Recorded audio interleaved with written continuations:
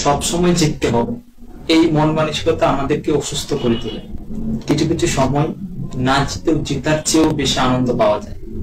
থাকুক না কিছু পরাজয়, যে পরাজয় গুলা ভবিষ্যতে গিয়ে একটা শক্তি রূপান্তরিত হবে। যে আমরা যত উপরে উঠে যাই না কেন, আমাদের দুইটা পা যাতে মাটির মধ্যে থাকে। যদি মাটি থেকে উপরে উঠে যায় তখন আমাদের মধ্যে অহংকার তৈরি হয়, হিংসা তৈরি হয়।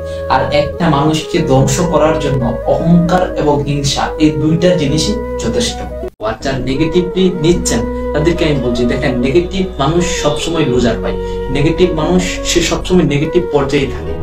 একজন পজিটিভ মানুষ সে বিনয়ী হবে, একজন পজিটিভ মানুষ সে তার কাজকর্ম দিয়ে নতুন কিছু, নতুন সম্ভাবনা তৈরি করবে। আজকে আমি এটাই বলতে চাই, যারা নেগেটিভলি কথা বলেন তাদেরকে, আপনারা সবসময় লুজার, তারা নেগেটিভ মাইন্ডসেটের মানুষ, তাদেরকে বলছি যে নেগেটিভ জিনিসগুলো আপনাকে, নেগেটিভ মাইন্ডসেট আপনাকে নেগেটিভ সবকিছুই দিবে। তো পজিটিভলি আপনি চিন্তা করতে পারবেন না। তাই নেগেটিভ জিনিসগুলো রিমুভ করে পজিটিভ কিছুটা ইনস্টল করা আমাদের মাইন্ডে প্রয়োজন। ইমোশনাল মার্কেটিংটা কি? আমরা কিন্তু প্রত্যেকটা মানুষ কোনো না কোনো ভাবে ইমোশনাল মার্কেটিং এর সাথে আমরা কানেক্টেড। যেমন ফর এক্সাম্পল, স্বপ্ন যাবে বাড়ি আমার। তো এটা কিন্তু গ্রামীণ ফোনের একটা ইমোশনাল মার্কেটিং। এটা আমরা প্রত্যেকটা মানুষই কিন্তু আমাদের ইমোশনকে কাজে লাগিয়ে, আমাদের এই গ্রামীণ সিম কোম্পানি এটা কিন্তু আমাদের ইমোশনাল ভাবে কানেক্ট করে তাদের মার্কেটিং চালিয়ে যাচ্ছে। এটা কিন্তু ইমোশনাল মার্কেটিং এর একটি বড় এক্সাম্পল হতে পারে। আপনি কি জানেন, আমরা যখন ডিস্ট্রাক্টেড হই তখন আমাদের ওই আগের অবস্থায় ফিরে আসার জন্য আমাদের 23 মিনিট 15 সেকেন্ড সময় লাগে।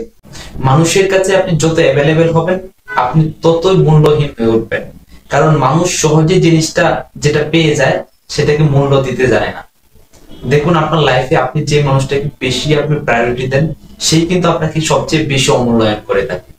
তাই নিজেকে অ্যাভেলেবেল সব জায়গায় করা উচিত না। নিজেকে একটু সেফটি, নিজেকে একটু সেফ ভাবে, নিজেকে একটু আড়ালে রেখেও কিন্তু অনেক সময় নিজের গুরুত্বটা বোঝানো যায়। তাই কিছু কিছু সময় গুরুত্ব বোঝার জন্য কিছুটা দূরত্বের প্রয়োজন হয়। আজ থেকে নিজেকে অ্যাভেলেবেল রাখবেন না, তাহলে দেখবেন নিজের প্রতি আপনি নিজের একটা আস্থা এবং অন্যের কাছে আপনার নিজের গ্রহণযোগ্যতা বেড়ে যাবে।